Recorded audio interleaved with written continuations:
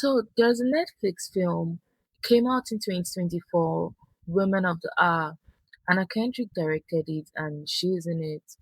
The setup is this: 1978, a woman goes on a TV dating show. Three men sit behind a partition. She can't see them. She asks a couple of flirty questions, and at the end, she picks one. The man she picks is a serial killer. It's a good film, really good actually, but it's a film. They invented people, they moved things around. The biggest scene in the whole thing, the one everyone talks about, never happened. So we are not doing the movie today, we're doing the case. And here's what the film can't quite get across. By the time that man sat down on that stage, joking about photography, he'd already killed at least six people. He had a conviction for what he did to an 8-year-old girl. He'd been on FBI's 10 most wanted list. He was a registered sex offender and he was on primetime television and he won. So to understand how this happens, we can't start in 1780. We have to go back a lot further.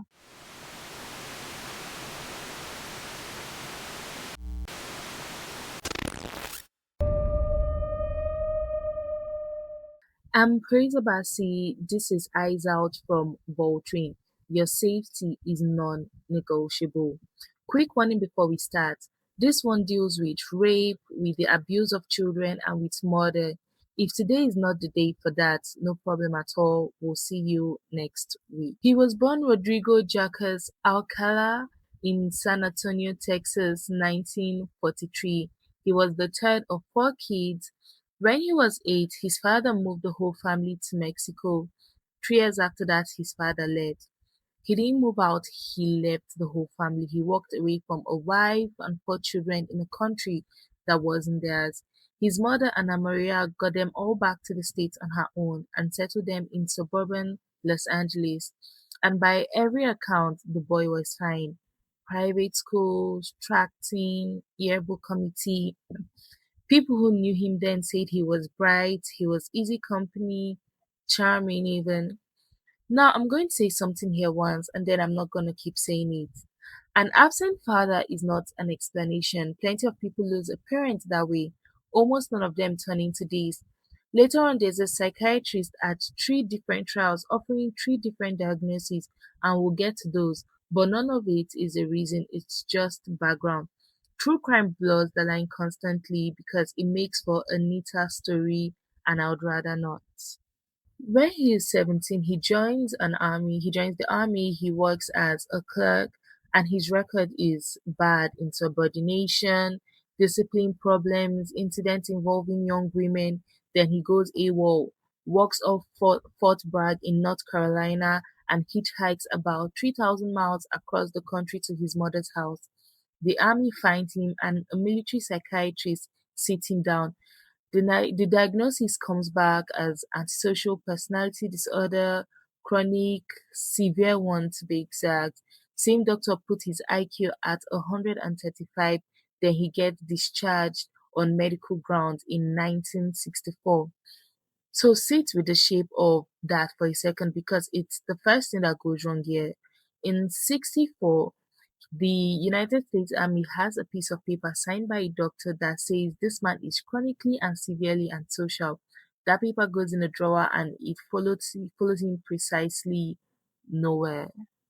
He goes to UCLA School of Fine Arts, graduates with a degree in 68, and that September we get the first thing we know he did wrong. Her name was Tali Shapiro. She was 8 years old at the time. She was working school in Hollywood when a man pulled up next to her and started chatting. He was friendly. He told her he had a beautiful picture at his place he wanted to show her.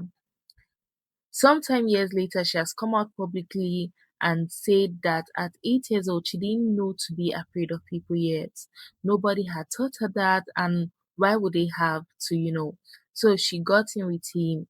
But luckily, someone saw it. A stranger in traffic on his way to work watched a small girl get into a car with a grown man and thought no and followed them and then called the police. Officers got to their apartment on Sunset and had to force the door down. She was on the kitchen floor. She had been raped. She had been beaten around the head with a steel bar. She wasn't conscious and she was barely breathing. One of those officers stayed on the floor with her and worked on her while the ambulance came, and luckily she lived. She lived because a man in traffic decided what he'd seen wasn't okay. Alcala went out the back door while the police were coming in to intro the front. He left California for New York, enrolled at NYU Film School under a made-up name, Jim Berger, sat in classes, and that year the FBI put him on the 10 most wanted list. He stayed loose for nearly 3 years, then New York summer of 71. Cornelia Crilley was 23 years old. She was a flight attendant for TWA, a girl from Queens who got the job she'd wanted and had her own apartment on the Upper East Side, which at 23 in Manhattan means she was doing well for herself. She was found in that apartment, raped, strangled with her own stockings, and he'd beaten her. And then nothing happened for 40 years.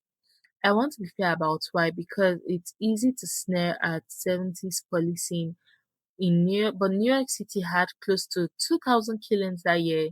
2,000. There were no DNA tests, there were no databases you could search in an afternoon.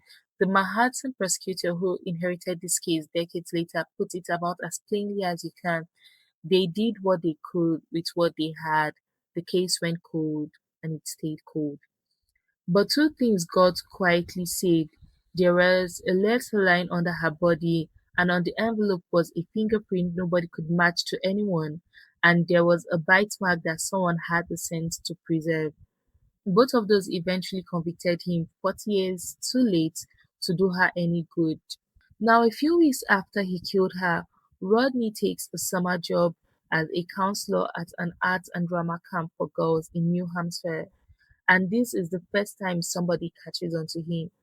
Two of the campers walk down to the local post office, and on the wall, like every American post office had, is the FBI 10 most wanted board. They stop, they look at it, and one of them says more or less, "Wait, that's Mr. Berger." They go back and tell the dean of the camp, and the dean believes them. Two teenagers at a post office did what the army file and the FBI bulletin and 3 years of investigations couldn't. They looked at the photo and they said something out loud. So he goes back to California to face what he did to Tali, and this is where the system hands him back. By the time this gets to a courtroom, the Shapiro family had left the country and gone to Mexico. Tali isn't testifying, and honestly, who could blame them? But without her, the prosecutors couldn't prove the serious charges, so they took what they could get and had him plead to child molestation. That charge carried 1 year to life, and the parole board decided when you'd be rehabilitated. The board decided 34 months under 3 years for what he did to that little girl on the kitchen floor. Okay, so we're going to take a little break here. Go and get a glass of water. Seriously, go. I'll be here because from here on, this episode doesn't really let up. And while you're up, quick word about who makes this podcast possible. Eyes Out is made by Vaultryn. It's a personal safety platform, and we don't make this show to entertain you with dead people. We make it because every case we cover comes down to the same thing. Somebody knew something and it didn't reach the person who needed it in time. That's the whole thing Vaultryn is built for. You share your location with someone you trust before you go and meet a stranger. You set a check-in timer so if you don't come back when you said, one specific person gets told automatically or a group of specific people get told automatically. Safe work when you're moving alone, SOS if you need it, and it works offline. None of that asks you to explain yourself or be sure. That's the point. You shouldn't have to be sure. It's on App Store and Google Play. Links are in the description. Alright, let's sit back down and get on with this tragic story. They let him out in 74. Within weeks, he's arrested again, a 13-year-old girl this time, charged with giving marijuana to a minor, logged as a parole violation. Back inside, and then 17-7, he's out again. And now it gets fast. So before I take you through it, I'm going to tell you what he actually did once, then we wouldn't need to keep coming back to it. At his trial in 2010, the prosecutor Matt Murphy explained the pattern to the jury. Alcala would strangle a woman until she passed out, then he would stop. He would wait. He would let her come back round and then he would start all over again, sometimes more than once. He'd beat them, usually around the head, usually with whatever was already lying in the room, and afterwards he would arrange the body deliberately so that whoever opened the door saw them in a particular way. That last piece is how the cases eventually got linked to each other. It's also the clearest thing anyone can tell you about him. He wasn't killing to avoid getting caught. The killing was the point, and he took his time with it. Now it's 1707. Ellen Hoover was 23 at this time and she wanted to conduct orchestras. She seriously wanted it. Her father was Herman Hoover, who owned, I think, the Sirius, which in its day was the nightclub in Hollywood. So Ellen grew up around every famous person you can think of. Dean Martin and Sammy Davis Jr. were literally her godfathers, and she'd gone to New York to build something that was hers instead of his. One day that July, she left her Manhattan apartment. There's an entry in her diary for that day. It had a name in it, a photographer she had arranged to meet with. She didn't come home. They found her about a year later up on the grounds of the Rockefeller Estate in Westchester, in an area where Alcala was known to take women to photograph them. And the FBI actually interviewed him about her. They sat him down, they asked him questions, and they let him walk out. Days after that interview, he would kill again. Somewhere in this stretch, and the records honestly is murky on exactly when, he kills Christine Thornton. Kristen was 28, living out in Wyoming, and she was pregnant. She vanished in 1707, her remains turned up in 82, and nobody could say who they were. Her sister Katie spent the next 39 years looking for her, 39 non-stop years of searching for her sister, and she never found her. But we'll come back to Christy because this isn't where her own story ends. Now it's November in LA. Jill Barcomb was 18. She was an upstate New York girl and she had just got to LA because she wanted to act. 18-year-old, brand new in the city, chasing the exacting thousand of people moved to that city to chase. He raped her and he killed her and left her body up on Franklin Canyon Drive off Mulholland in the hills. He'd strangled her with her own clothes, beating her face in with a rock, and then for 28 years, everybody had the wrong answers. Investigators thought Jill was a hillside strangler victim because the hillside stranglers were working early at the exact same time and her family lived with that. It took until 2005 for DNA to say otherwise. A month later, almost to the day he did it again, Georgia Weeks was 27 and she was a nurse, a pediatric oncology, so children with cancer, that was her job. That's what she did all day. The prosecutors who handled her case 30 years on described her in four words: a super sweet person. She had just moved in her own place in LA, first time on her own. That night, she gave a colleague from the hospital a lift home from a bar and then went back to her flat. He cut his way in. She was raped, beaten with a hammer that was already in the apartment, and strangled with her own stockings. And here's who noticed: not a neighbor, not a landlord, the nurses. She didn't show up for her shift, and the women she worked with knew that wasn't like her, and they called the police that same day.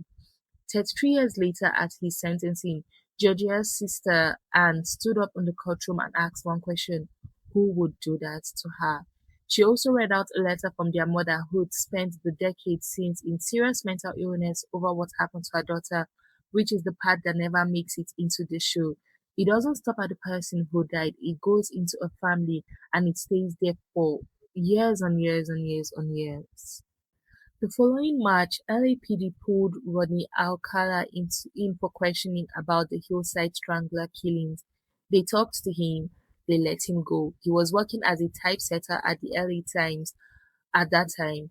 That June, Charlotte Lamb was 32. She was a legal secretary, lived in Santa Monica. Everybody says she was striking and she had plans well past the typing pool. Her family called her Shug. They think he met her at a bar in Santa Monica that night. She was found in the laundry room of an apartment building in El Segundo. She didn't live there. He'd strangled her with a shoelace and he took one of her earrings with him. Which brings us to September the 13th, 1978. By this date, he has killed Cornelia, Ellen, Christine, Jill, Georgia, and Charlotte. He's got a conviction for molesting a child. He's a registered sex offender. He's been on the FBI's 10 most wanted list. He's been interviewed by the FBI about a missing woman and by the LAPD about a string of murders. And on the day he walks into a television studio in LA to be Bachelor number one on the dating game, the show has been running since 65. Farrah Fawcett had done it, Schwarzenegger, Tom Selleck, Steve Martin. It was primetime television and it was harmless. The Bachelorette was Cheryl Bradshaw, drama teacher from Phoenix. Her agent had told her that the exposure would be good for her. Jim Lang, the host, introduces Bachelor number one as a successful photographer who likes motorcycles and skydiving. And there's a joke in the intro about him being found in his father's dark room at 13, fully developed. The audience laughs. That was the show. There was no background check, not on him, not on anyone. There wasn't a database in 1978 that a producer could have searched even if he wanted to do one. But two people in that building felt it anyway. He had auditioned in front of the executive producer Mike and the contestant coordinator Ellen, and they disagreed about him. She thought he was handsome, thought the audience would love him, whilst Mike said later on to ABC's 2020 that there was something about the man he just didn't like. A mistake is the word he used. It made him uncomfortable. He either got overruled or he let it go, but Alcala was cast. Then backstage, Bachelor number two had his own moment. That's an actor called Jed Mills. He said Alcala came over, put his face right up close to his, and said, "I always get the girl." Miles said that there was just something about him he couldn't be near. And you could see it on the tape. Watch it, how Miles spends the entire segment angled away from him, leaning towards the other guy. He said afterwards he didn't even know he was doing it. Cheryl Bradshaw asks her questions, everyone laughs in the right places, and she picks Bachelor number one. They meet afterwards backstage, face to face for the first time, and the next morning she rings Ellen at the office and says she's not going to go. The words Ellen remembered decades later were weird vibes coming off him, he's very strange, I'm not comfortable, is that going to be a problem? The dates never happened, that was what the film changes, and it's the single most important fact in this whole story. She didn't go. She met him for a few minutes with nothing to go on, and she got it right and she got out. 5 months later, February 79, Monique was 15. He approached her about modeling, the same offer he'd been making for a decade. He raped her. Afterwards, he stopped at the petrol station to use the toilet, and Monique got out of the car and ran. She made it to a hotel down the road, told the clerk, and the clerk picked up the phone. He got arrested the same night. About a month later, his mom bailed him out, and his trial was set for September. So, a registered sex offender with a prior conviction for what he did to an 8-year-old is arrested for raping a 15-year-old and gets released back onto the streets with 6 months to wait. Two people died inside those 6 months. On June the 14th in Burbank, Jill Parenteau was 21. She worked with computers back when that was still a new kind of job for a young woman to have. He cut through the screen of her window and climbed into her apartment. While she was in it, he raped her, beat her, and strangled her. Her sister Didi spoke at the sentencing 31 years later. She said she still hates hazy June days because that was the weather that day when they came to tell her.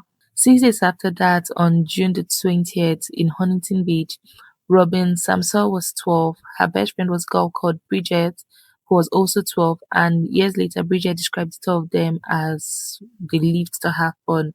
but everyone else would be moaning about being bored, and she and Robin would be up doing cartwheels and back walkover.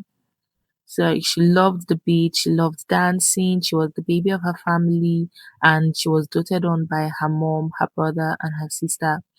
That day was meant to be a big one. Her mom, Mariana, had set something up. Robin was going to start answering phones at a local ballet studio, and in exchange, she would get lessons for free. First day of her first job at 12 years old, but firsthand, Bridget went down to the beach for a couple of hours. And while they were there, a man came over and asked if he could take their picture. And a neighbor saw it, an adult who walked over, asked the girls if they were alright, and he left. So one person, no authority, no information, paid attention, walked over, and it worked. It stopped on the spot. After that, Robin realized she was late. She borrowed a bike off a friend and set off home to get her ballet slippers. Bridget watched her ride off, and that was last anyone saw of her. She never got home. She never got to the studio.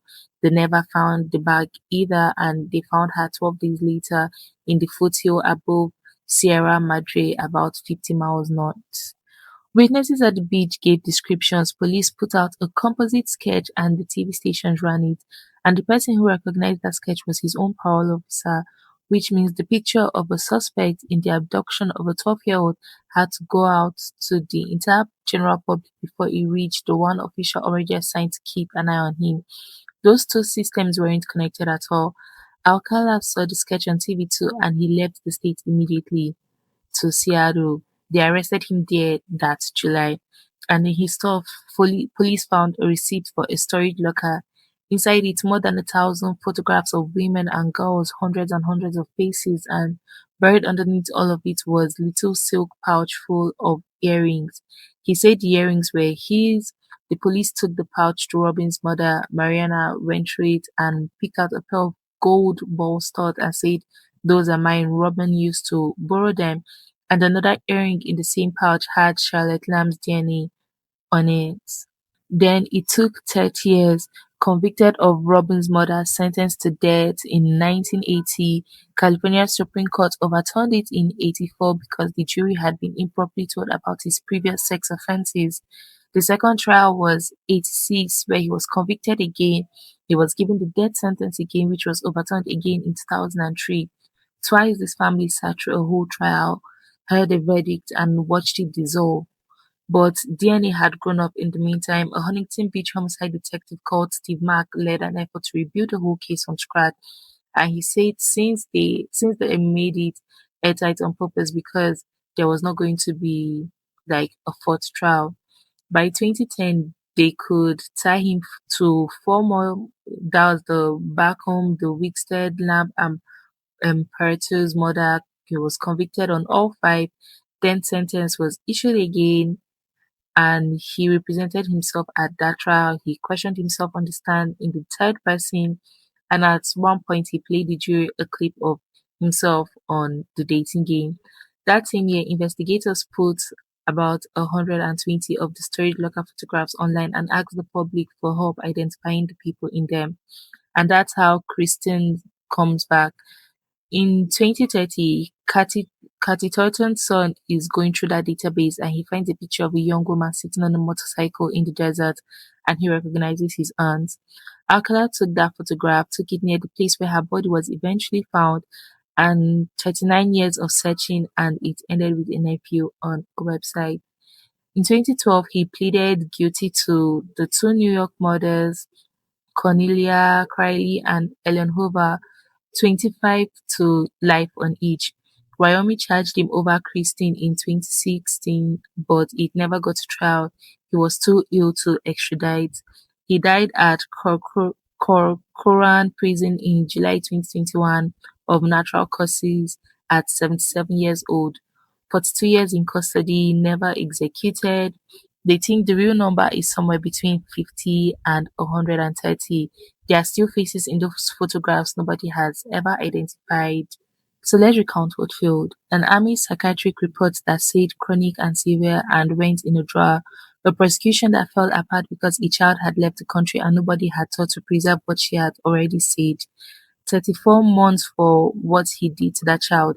A parole board that let him out, took him back and let him out again, a sex offender registry that existed on paper and was visible to nobody who needed it, an FBI interview about a missing woman that ended with him walking out, an LAPD interview about a series of murders that ended the same way, a television casting process with no check of any kind, a producer's bad feeling with nowhere to put it, another man's bad feeling with nowhere to put it, a judge who let an accused child rapist out on bail for 6 months, and a parole officer who found out from the evening news. That's tough. Now, here's the other list, the list of people who actually took actions. A man in Hollywood traffic who saw a little girl get into a car and followed him, and Tali is alive because of that. Two girls at a summer camp who looked at a post office wall and then told the dean. A group of nurses who noticed their colleague hadn't come in and rang the police the same day. Cheryl, who met him for a few minutes and phoned the office the next morning and said no. Jed leaning away from him on live television without being able to explain why. Monique, 15 years old, who got out of the car and ran to a stranger, and that stranger picked up the phone. A neighbor on the beach who walked over and asked two 12-year-old girls if they were okay. A nephew at computer 39 years on who actually looked at the photograph. Not one of them had any authority, none of them had information or training or proof. Every single one of them just read it right. And that's not a nice ending, it's the finding in this case. Ordinary people pay attention better than the official systems which we have in place that were supposed to be doing their jobs. Unfortunately, that is our reality. But just I feel a few things we can take away from that is, trust your gut. And they'll always say gut feeling. Trust it, make the exit shape. Don't be afraid to pick up on weird situation. I know people will always tell you to like mind your business and all, but sometimes you not minding your business might be the reason someone is, saved, have things set up to ensure that if you ever were to find yourself in this situation, there would be processes being taken, and your emergency reliant system should not always be the system, because we've seen it, the system does fail occasionally. Someone should always know where you are, and just also be cautious. I feel now we are more aware of like stranger danger, but nowadays even the danger may not be a stranger, unfortunately. So it's just being cautious of whatever it is we do, where we put ourselves to just avoid unnecessary situations like this. We also need the system to be more, I don't even know what the word would be, but like we shouldn't be allowing people like that walk the street, especially when you've had them in custody already. They shouldn't be able to just bail themselves out and leave. But yeah, before we finish, if any of this landed close to home for you or someone you know, there are people whose whole job is this and they won't charge you a single dollar. If you are in Nigeria, there is something called the Marble Center in Lagos. It's Nigeria's first sexual assault referral center, free medical care, free counseling, help with reporting. There's Worry, the Women at Risk International Foundation. It runs a 24-hour helpline and a crisis center. Stand to End Rape does psychosocial support for survivors and for children. The CCRA Foundation runs a free 24-hour child helpline with centers in Lagos and Abuja. Then internationally, there is the National Center for Missing and Exploited Children. It handles missing children cases in the States. There's RAINN that runs the National Sexual Assault Hotline over there. All of them with phone numbers are in the description, and you don't have to be sure anything happened. You don't need proof. You just call and ask. And if you know something about an open case anywhere, tell someone, tell the police, tell the foundation, tell us. The whole lesson of this episode is that the information usually exists, it just doesn't move. I am Praise Obasi. This has been Eyes Out. Your safety is non negotiable.